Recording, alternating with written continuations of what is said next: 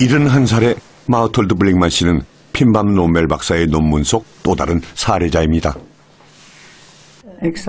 다른 세상에서 일어난 일이기에 말로 설명하기 어렵지만 노력해 보겠습니다. 저는 병에 걸렸던 1975년에 근사 체험을 했습니다. 갑작스런 경험이었습니다. 병으로 인해 고통스럽긴 했지만 죽을 수 있다는 생각은 안 했거든요. 단 한 번도 죽음을 생각해보지 않은 마우톨드 블링만 씨는 그날 처음으로 죽는다는 느낌을 받았습니다. 내가 죽었다는 걸 알았죠. 죽어본 적은 없었지만 느낄 수 있었어요. 죽으면 모든 것이 끝이라는 것을 느끼자 너무 두려웠어요.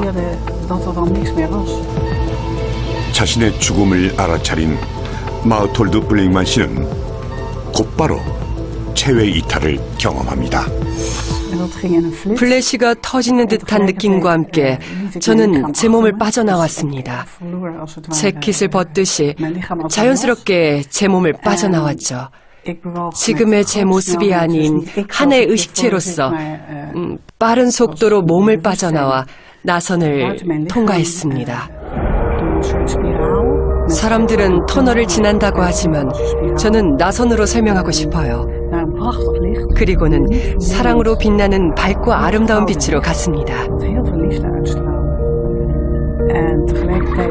제 삶을 한 편의 영화처럼 보았습니다. 삶에서 가장 행복했던 순간과 힘든 순간도 봤죠.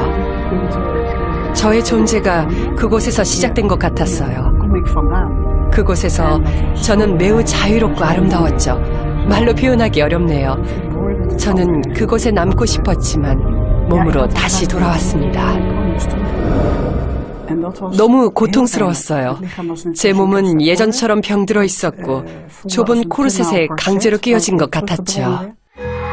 엘리 무르만 씨와 마우톨드 블링만 씨의 이야기는 매우 흥미롭습니다.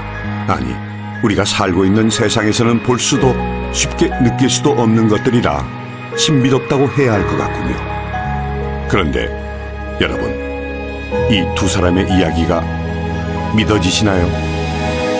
Heel moeilijk. Hadden er heel weinig begrip voor en konden er eigenlijk niks mee.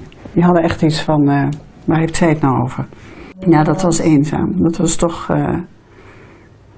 een eenzame zoektocht naar zingeving, zeg maar. Vlak nadat het gebeurd is, heeft Ellie daarover verteld. En ik had er nog nooit van gehoord. En ik kon het niet zo goed begrijpen, maar zij was heel stellig in hetgene wat zij vertelde. Dus ik heb dat zonder meer aangenomen dat dat haar belevenissen zijn geweest.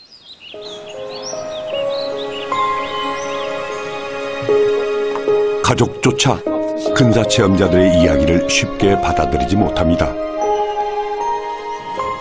그리고 많은 의과학자들은 근사 체험은 경험한 것이 아니라 일종의 환각이라고 이야기하죠. And I think that's what underlies the NDE.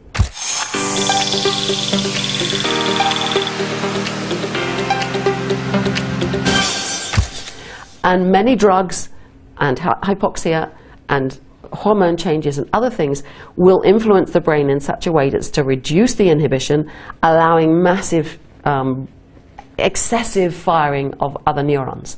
And I think that's what underlies the NDE. It is an illusion.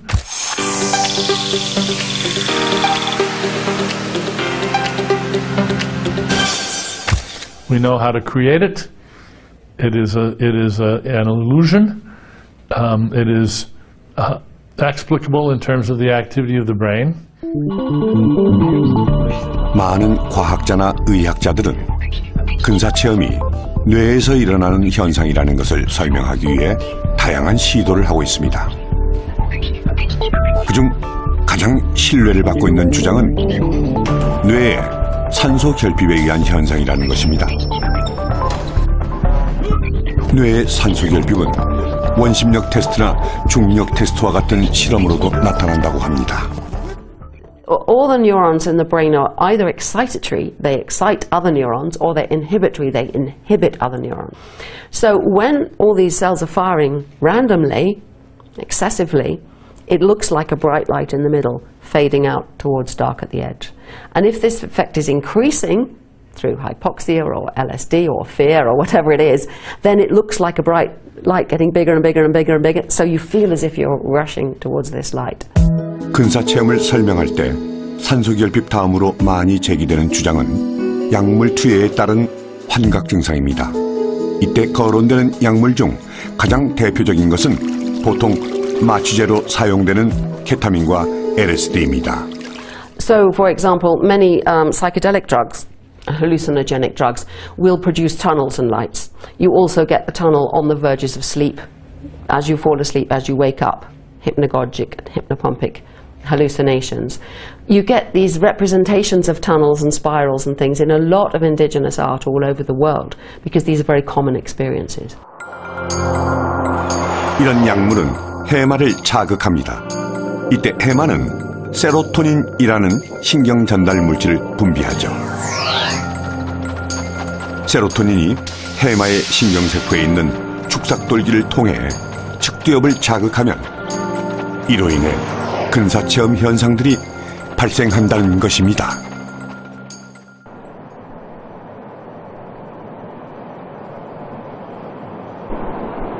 이외에도 최근에 근사체험이 뇌 활동에 의한 착각이란 연구 결과를 미국 미시건 대학교 연구팀은 발표했습니다.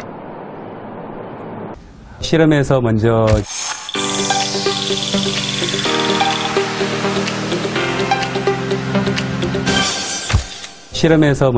쥐 9마리의 다양한 뇌 부위에 전극을 꽂고 그 다음에 비교를 위해서 정상적인 깨어있는 상태에서의 뇌파 활동과 염화칼슘을 투여해서 쥐의 심장을 멈추게 한 후에 뇌파를 측정했습니다. 이번 이운철 박사 연구팀의 실험은 죽어가는 뇌의 상태에 관한 첫 번째 연구라 그 의미가 더욱 큽니다. 박동이 멈추고 뇌파 파워가 완전히 사라지기 바로 직전에 아주 강한 정신적 활동이, 특히 감마밴드의 활동이 약 20에서 30초 동안 유지된다는 것을 뇌파 분석을 통해서 알 수 있었습니다. 감마파는 각성과 명상처럼 높은 차원의 의식 활동과 관련된 뇌파로 알려져 있습니다. 그래서 이운철 박사는 이 감마파가 폭발적으로 증가할 때 근사체험을 했다고 혼동하는 것이라고 말합니다. 즉, 심장 정지 후에 일어나는 활발한 뇌 활동에 의한 착각이라는 것이죠. 사후세계에 대한 경험도 뇌 활동에 의한 것이 아닐까 의심하게 되고요. 많은 의과학계의 연구자들은 근사체험을 착각에 의한 것이라고 주장하지만 핀반 롬멜 박사는 단순한 착각이 아니라고 말합니다. So we know that after a mean of 15 to 20 seconds, the brain function has totally ceased. And then in that very moment, patients can have the enhanced consciousness with cognition, with emotions.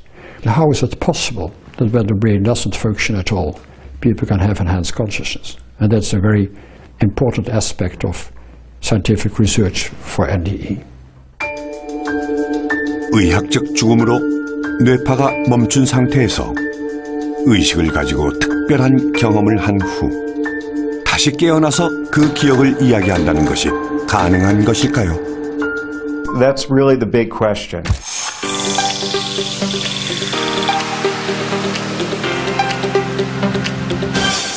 That's really the big question. Not just consciousness, but memory, right? So, again, the argument is, well, if my brain's not functioning, and yet I had this rich conscious experience that I can remember, that's part of the question of trying to figure out. 많은 학자들이 근사체험의 기전에 대한 이야기를 할 때 가장 중요한 부분으로 여기는 것이 바로 우리의 의식입니다. 인간의 의식은 몸과 분리된 것인가? 몸의 일부인가? 그리고 의식은 어디에 존재하는 것인가와 같은 질문이 주를 이루죠. 이 의식의 실체를 파악하는 것이 근사체험에 대한 실마리와 사후세계 존재에 대한 답도 내려줄 것입니다. 그렇다면 의식이란 무엇일까요? 그걸 대답하기가 굉장히 힘든데요. 사실 의식이라는 것 자체도 정의하기가 쉽지가 않고. So the basic issue here, the hard problem of consciousness is how can you explain consciousness? Many different views here. I think it is a complex family of different competences, abilities, and so forth.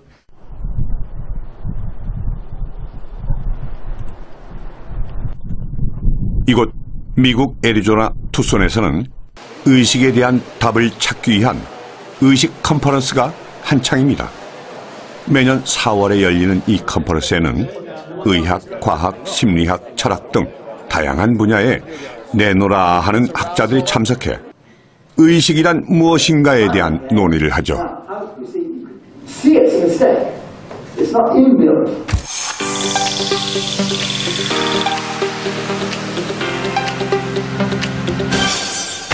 So I'm not trying to argue that is consciousness, fully consciousness, but it's the element out of which consciousness is built. So take the life of their own, above and beyond the heart.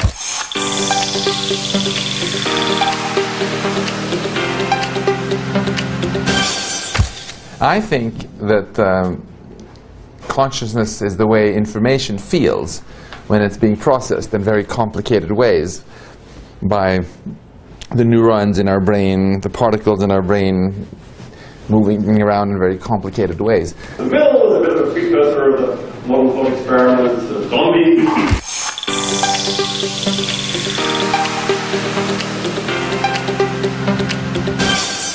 Yeah, the extended mind is the idea that our mind isn't just implemented within our brain, inside our skull, but aspects of our environment can actually count as parts of my mind. But there's always a limit, and wherever that limit is reached. Consciousness is primarily a function of activity in the brain. 여러분은 의식이 어디에 있으며 무엇이라고 생각하십니까? 참 난해한 질문이죠. 그렇지만 잘 생각해 보시기 바랍니다. 만약 우리의 의식이 몸과 분리돼서 존재한다면 어쩌면 우리에게 죽음은 신체적 죽음만 있고 의식은 영원히 살아남는 것일 수도 있습니다.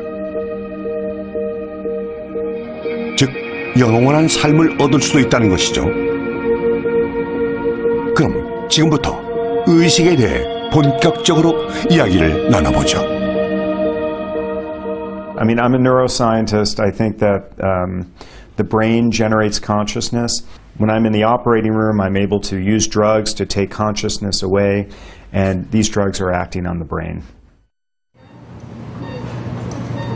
여러분들 중 수술을 경험해 본 분이라면 좀 더 이해하기가 쉬울 것입니다. 수술을 하기 위해서는 마취를 하죠. 마취가 됐다고 해서 여러분이 죽은 것은 아닙니다. 심장과 뇌파는 여전히 움직이고 있으니까요. 그런데 마취가 된 동안에는 의식이 없죠. 그리고 시간이 지나면 자연스럽게 의식을 되찾게 됩니다.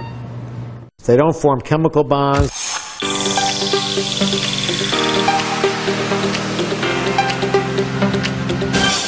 They don't form chemical bonds. They don't form ionic bonds.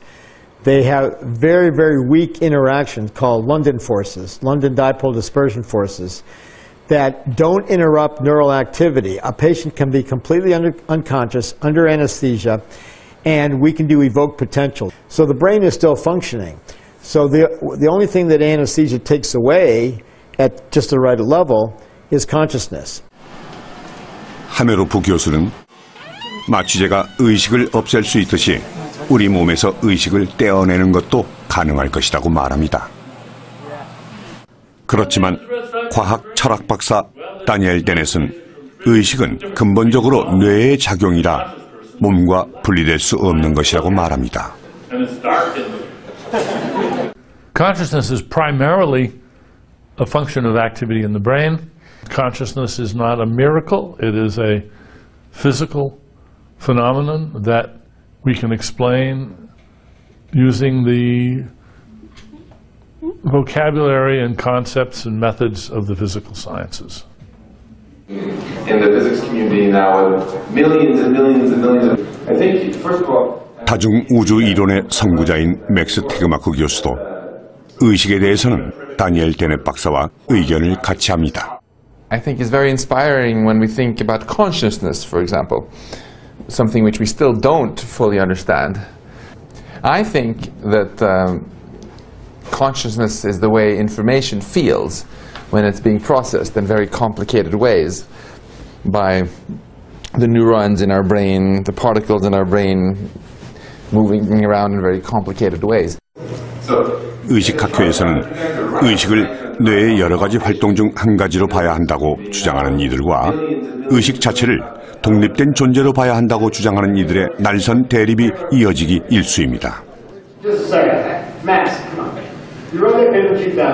특히 이 의식 컨퍼런스를 이끌고 있는 애리조나 대학 마취과 전문의 스튜어트 하메로프 박사는 맥스 테그마크 교수의 의견에 반대하는 대표적인 인물이죠. The idea in most people's view is that consciousness emerges at a high level of complexity, much like a computer. I don't think that's right. I think consciousness comes from a deeper level in the microtubules, which includes quantum level effects.